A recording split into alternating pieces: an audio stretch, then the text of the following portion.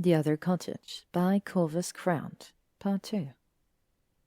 An icy chill runs down Draco's spine as he follows Harry's gaze. There, partially obscured by the window pane, is Draco Malfoy, dressed in a hooded emerald cloak, silver snake amulet hanging from his neck below a long, silvery beard. Salazar? Draco mutters, his mouth suddenly very dry. Slytherin? I thought about coming as him tonight, changed my mind at the last minute. As he watches, another Harry drops down on the couch next to him. His mane is missing the stain of white. I don't understand, Draco says. You're a lion there too. Harry's eyes follow as the rainbow-clad Luna swirls around the room, dropping cups of punch into Ron and Hermione's hand. A cannon's jersey, a black frock. You said you thought about it, Harry says, his voice no louder than the rustling of the wind through the grass. Maybe in this one you chose it. This what? I don't know, Harry says absently.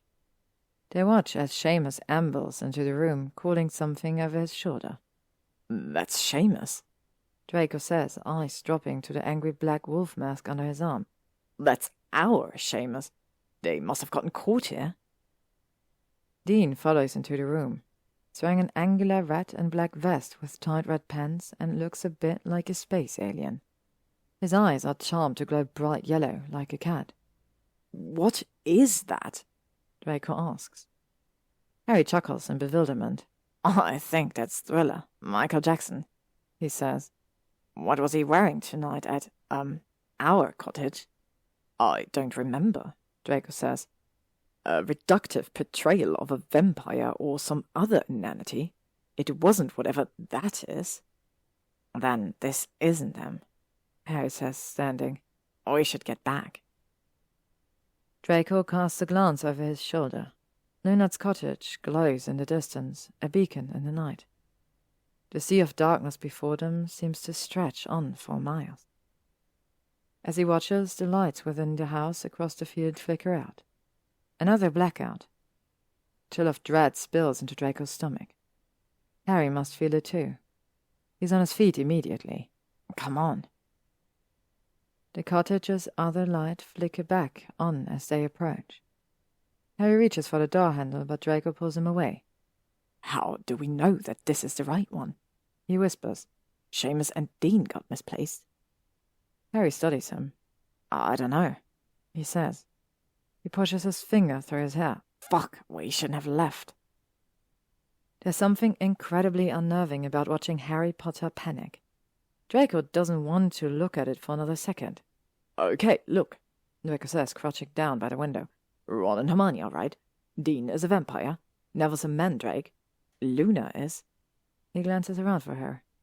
Everyone looks right, Harry says as Luna walks into the room in a cloud of purple and green light. The relief in his voice is contagious. Look, he says, pointing. Even Seamus has a troll mask. This must be our original house. He's half stood when another figure walks into the room. Lion Harry Potter. He's followed by Harry Potter Draco. Fuck, Draco breathes. He looks up at the sky. We can't stay here. Always fancied dueling myself, Draco says without taking his eyes off the other Draco. Reckon I'd be my only worthy opponent. Funny, Harry says flatly. Seamus and Dean found a house without themselves in it, Draco says. I'm sure there are other houses where we've left. We'll find one of those. Harry turns to him, his brows knit. But how will we know if it's the right one? He says. Even if the costumes are right, how will we know it's really them? Fuck, Draco whispers. Maybe it doesn't matter. Maybe. Harry isn't listening. Draco turns to follow his gaze into the house. The other Draco and Harry have settled next to each other on the couch. Harry has his arm around Draco as they watch Luna talk with great animated gestures. The moment Luna turns away, the other Draco angles his face toward Harry and steals a kiss. Outside of the cottage, Draco drops onto his knees. What the fuck? Harry doesn't say anything. His eyes are glued to the scene. The other Draco turns into the kiss, climbing up Harry on the couch and looping his arm around his neck. It's more than a little indulgent. After a few moments, Pansy throws a pillow at them. Right then, Harry says next to him. He stands. Wrong house. Draco steals a glance back to the cottage as Harry leads them back across the field. Neither of them speak, and their strides, which had been long and determined mere moments ago, have fallen into a dazed meander. We need to find the house where we left, Harry says as they approach the cottage before them. Even if it's not ours, at least we won't be stuck between them. Looks up at the sky again as he walks. Draco follows his gaze and realizes what Harry has been looking for. He spots the comet burning through the night above them, a white hot streak pulling a tail of shimmering dust through the sky. Luna said it passes for an hour, Draco says, his mind in a haze. Harry doesn't look at him. I don't want to know what happens if it's done passing overhead and we're in the wrong place. Draco feels ill. Plays the words over in his mind, the reality of it, the realities. I don't know if there is a right place. There could be thousands, millions of these cottages, Harry. Even if there was a right place, it's got the wrong people in it. Harry stops short in the middle of the field. One cottage glows before them, one behind, each teeming with people they know and don't know. They're still them, Harry says quietly. We're still us, just in different costumes. What if it's bigger than that? Draco says. What if there are more differences? What if Voldemort won in one of them? Harry shakes his head. I don't think so, he says. Everything else has such little variation, like the difference has only started tonight. Draco looks over his shoulder. You think that, he says, unable to meet Harry's eyes. The last house, that started tonight? Harry might have gone red. It's hard to tell in the darkness. I don't know, he says. I guess maybe it's possible. He turns and continues walking. It's possible? Draco repeats without moving. The words fall out of his mouth. He doesn't know what he means by them. Harry stops again. I don't know, Draco, he says with exacerbation. Maybe for them it was possible. That's not us. Can we please keep moving? Harry doesn't wait for him this time. By the time Draco's thoughts have settled enough to command his legs, he has taken a few bounds to catch up with Harry's swift, determined strides. They are still several paces from the next cottage when the silence of the night is cut by the sound of shattering glass. Harry and Draco both drop onto the ground as the bright red light of a hex flies through the window. Harry glances back at him, the moonlight glinting off of the white of his wide eyes. Draco follows him as he inches towards the window. As he peers into it, a scene comes into focus. The drawn ones and huddled poses of a better. I don't know who this bitch is. Pansy's voice rings out. Within the cottage, she has her wand drawn and is pointing it at the throat of another pansy. My dad isn't me. The other pansy is wandless, her hands thrown up in air in defense. She's wearing the same black bra and skirt, but she has on cat ears, while the other is wearing the rabbit ears. The rest of the party is crowded behind them, watching in confusion and terror as the scene plays out. Don't do anything hasty, Pans, Ginny says behind her. She isn't dressed as Percy like she was in their cottage. She's dressed as Molly Weasley. She's an imposter, Pansy shrieks. And Polyjuice are... I'm not, the other pansy says behind a sob. I don't understand what's... Gin, don't you fucking speak to her, the first pansy cries. We have to get out of here, Harry says beside Draco. This isn't going to. Another crash interrupts him as Pansy shoots off a hex that blasts a hole in the wall behind her double. From within the house, the other Harry's Expelliarmus rings out as he disarms her. They don't stay long enough to hear what comes next. Harry grabs Draco by the arm and pulls him away. He leads them clumsily from the house, his eyes locked on the comet above.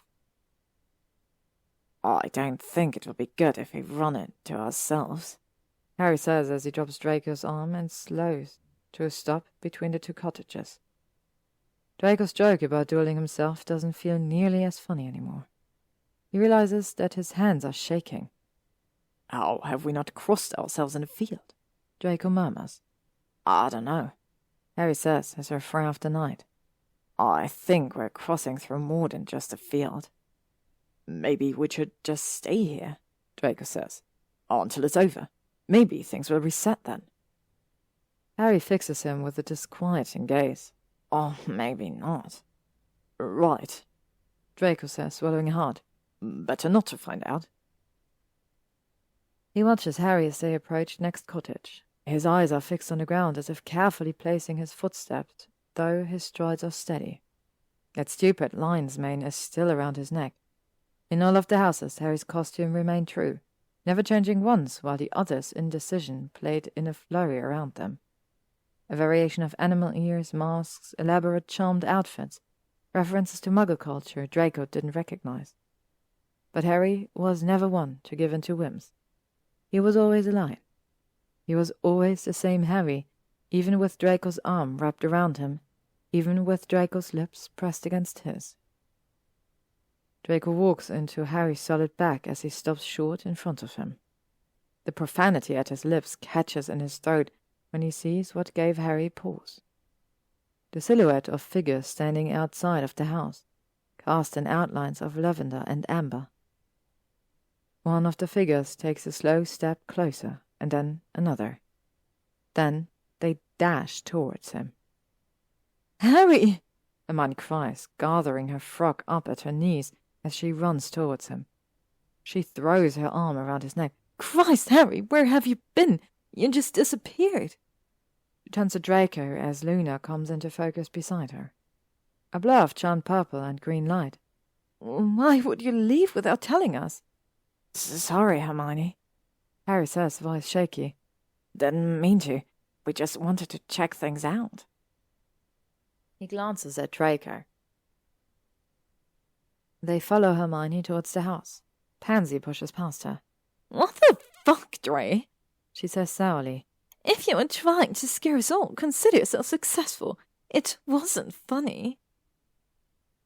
Draco glances at Harry, but his eyes are fixed on the door where their friends emerge one by one. Neville, the mandrake. Ginny as Percy. Ron, all red and orange in his cannon jersey. Dean, the lazy vampire. Seamus emerges, a troll head under his arm. Draco and Harry exchange a look.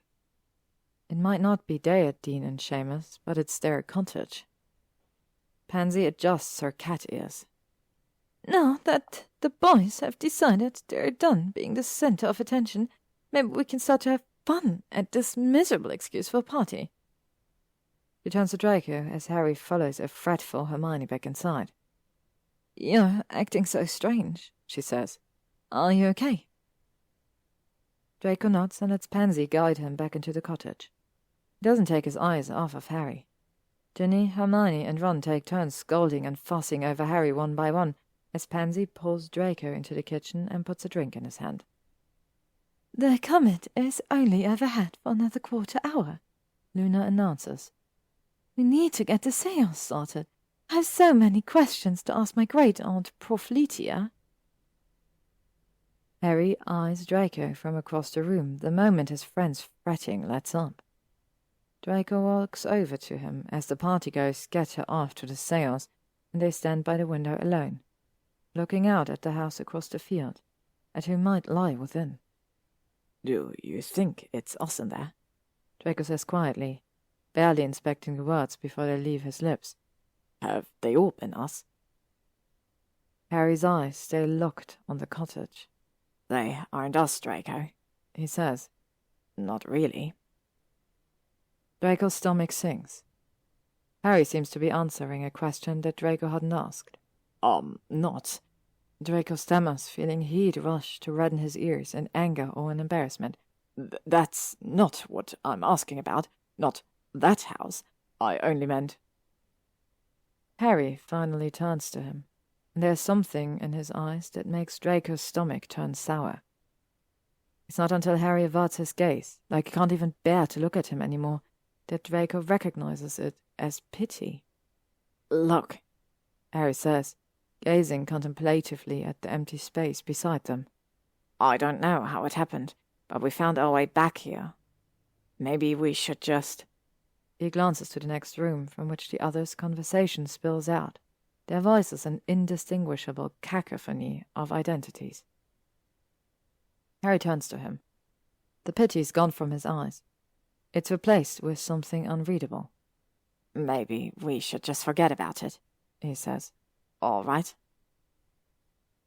Cuffs Draco on the shoulder lightly. It's awkward and fraternal, and his face looks just as uncomfortable as the gesture. He tries to stitch a smile. Draco just stares at him. Pansy bustles into the room, her cat ears fallen down to her neck. "Will you stop being so bloody sneaky tonight?" she says, her voice thick and lush with drink. "Or do I have to lock you in the house?" Harry gives Draco another awkward smile and walks into the living room. Pansy loops her arm around Draco, then glances down at Draco's Gryffindor's robe. "When did you change your costume?" she asks. "Where did the Salazar beard go?" Draco freezes. He glances through the threshold of the door where Harry drops down on the couch next to Ron. Pulls his mane back up and accepts a generously poured fire whiskey Ron pushes into his hand. He knocks half of it back in one go, then his face furrows in the impression of a roar. Ron and Ginny double over with laughter. "Just, Draco says, got a bit uncomfortable." "Honestly, are you all right, Draco?" Pansy says, pushing a lock of hair out of his face. "You aren't acting like yourself." Draco flinches slightly from her touch, not taking his eyes off of Harry in the next room. "Need a spot of fresh air," he says. I'll be right back." He walks out of the cottage before Pansy can protest. The trek across the field feels monumental alone, like he might be swallowed by the meandering wind, the light of the moon, the tickle of grass at his legs. He has a quarter of an hour. That's enough time for 4 chances, 5 if he moves quickly. The first cottage has 2 Rons and 2 Hermiones. They seem to be much more level-headed about the ordeal than the 2 Pansies were, though the 2 Hermiones look rather ill. Draco has a sense that it won't be long before Ron 1 and 2 have come to blows. The second appears to have the correct number, and Draco watches the party unfold crouched by the window for a little too long. Ginny and Pansy snock in the corner, while Harry, Ron, Seamus, and Dean engage in a very competitive game of cards. Luna emerges from the back room with Neville holding a crystal ball. Other Draco sits in a corner looking like he might actually die of boredom. The next cottage is completely empty, as if there were never anyone there at all. He leaves quickly before he can think about why. Then, finally, Draco finds what he's looking for. He can tell immediately. It's something in the way they sit on the couch, Harry and the copy of himself. Not quite touching, but far closer than they need to be. Neville brings them each a bottle of cider, and Harry and the other Draco chat animatedly while they twist off the tops. The other Draco reaches over to twirl a lock of Harry's mane between his fingers, an amused look in his eye. Outside of the cottage, Draco can see it so clearly that he's found the right house. The way Harry looks at the other Draco, while his eyes are occupied on the mane. Enraptured and besotted, like he'd never seen anything so wondrous in his life. The other Draco pushes Harry's mane down around his neck. Then they kiss. They kiss like it's absolutely nothing. They kiss like it's the most obvious thing in the world. No one so much as glances in their direction. If the only variation began tonight, they had travelled a lot of ground in the past 3 hours. Outside of the cottage, Draco shuffles down into a crouch. His mind spins as the reality of the situation crushes down upon him. They have less than 5 minutes now. It's as if by fate that Harry stands up at that moment. He murmurs something to the other Draco, who listens rapturously from the couch. Then Harry walks into the next room. The other Draco remains in the room by himself, a private smile playing on his lips. Draco has never so badly wanted to hex himself. Instead, he turns out to the field and casts a single spark of fire. It devours the nearby blades of grass, burning in a small plume as it begins to spread. Draco glances back inside. His other half is being an utter ponce, looking at his bottle of cider like he's at a tasting. Sweat prickles Draco's brow as he watches, urging his other self to look up at the growing flame. The flame sparks and grows behind him, and finally, the other Draco glances up. Outside of the cottage, Draco quiets the flame with a whispered aguamenti. But the other Draco is already on his feet, peering out of the window. He glances over his shoulder and then walks to the window. Draco huddles nearer the cottage, out of his eyeline, and holds his breath. Draco doesn't know what would happen to him if it didn't work, but the sound of the other cottage door swinging up open confirms it. For once in his life, the stars are smiling down on him. The other Draco comes out alone, crosses his arms against the chill, pulls his Gryffindor robes tight around him. Draco waits, breath stilled, until he's a few paces from the cottage. He shoots off an Expelliarmus first, whispering the incantation into the night. Surprise registers and layers in his double. He stares at his empty hand for a moment, and then his face contorts in shock as he sees Draco standing before him. He looks confused to the point of, "What?" Draco's Petrificus cuts him off. His double's spine stiffens and he falls over backwards like a felled tree. Even from a distance, Draco can hear a sickening crack as his head hits the brick step leading out of Luna's cottage. Draco raises his hand to the back of his neck reflexively. Draco glances into the cottage where the animated silhouettes of the others mingle, oblivious to the scene right outside. He steps away from the window and stands over his double. His hair has fallen in a mess at his face, and his eyes rolled into the back of his head. Merlin, is his nose really that pointy? A peal of laughter breaks out from the house, cutting into his thoughts. He doesn't have long before others come looking. Crouches down and levitates his double stiff body, directing it just beneath the tall grass alongside him as he walks further into the field. When he's several paces away, he breaks the charm, letting his double fall with a stiff thud to the ground. From a distance, it might look as if Draco was the only one in the field. From a distance, it might look as if Draco was entirely alone. A flickering light across the field draws his eyes up. The lights glowing from the cottages in the distance blink in and out of darkness. Draco freezes as he stares across the field. It isn't the lights flickering, it's the entire cottages. With one final spark, it vanishes entirely. Draco? Draco nearly stumbles over his double hidden in the grass as he turns. In the moonlight, a glint reflects off of glass frames. A shimmer of silver shine against jet-black hair, and then catches in the rugged fur of a lion's mane pushed around his neck. Draco meets Harry halfway. Harry's arms are outstretched, so Draco walks right into them. Harry is solid and warm. Harry wraps his arms around him, and Draco realizes then that he's trembling. "What's wrong?" Harry whispers, his voice a warm, low vibration in Draco's ear. "Are you all right? Where did you go?" Draco only shivers more as Harry kisses his hair. "I'm fine," Draco murmurs. "Sorry." He feels stiff in the embrace, nothing like the languid, natural way his double had leaned into Harry's arms, like he was made for them. But he can learn. Harry pulls away to look at him, drops his hand to Draco's, holds him gently by the wrists as his eyes sweep up and down. "You lost the scar," Harry says, "and the hair." He lifts a cool thumb to Draco's forehead, sweeping across his skin. Then he cuts his fingers through Draco's hair. Draco kisses him, clumsily, messily, with a desperate curiosity he can't hide. Harry chuckles against his lips, stumbling backwards as Draco throws him off balance. "What's gotten into you?" Harry asks when Draco pulls away. Draco can hardly hear him over the rush of blood in his ears. Draco shakes his head. He takes Harry's hand in his, rough but warm and certain. Come on, Draco says, trying to hide the quivering in his voice. He pulls Harry back towards the cottage to their friends. Luna will be calling on us from the dead if we miss her seance. Yeah, Harry says. He eyes Draco devilishly. But maybe we can sneak out of here early. Go back to mine. Right, Draco says.